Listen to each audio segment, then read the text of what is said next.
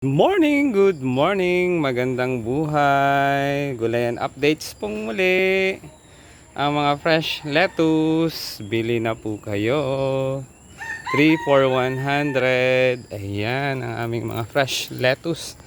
Fresh na po at malamig pa ang lugar sa greenhouse. Ayan, fresh na fresh. At ito naman po yung mga new sets. Ayan, malalaki na rin sila.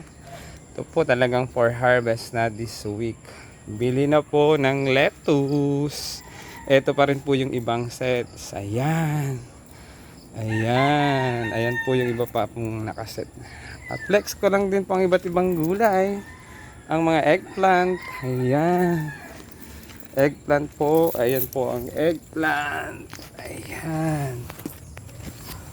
Flexing our gulay. Ayan. Ayan, eggplant. Fresh kangkong. Ayan. Labanos. Ayan po, labanos. Ayan. Mga bagong tanim na pechay. Lettuce. May lettuce pa rin po. Ang mga herbs. Tarragon.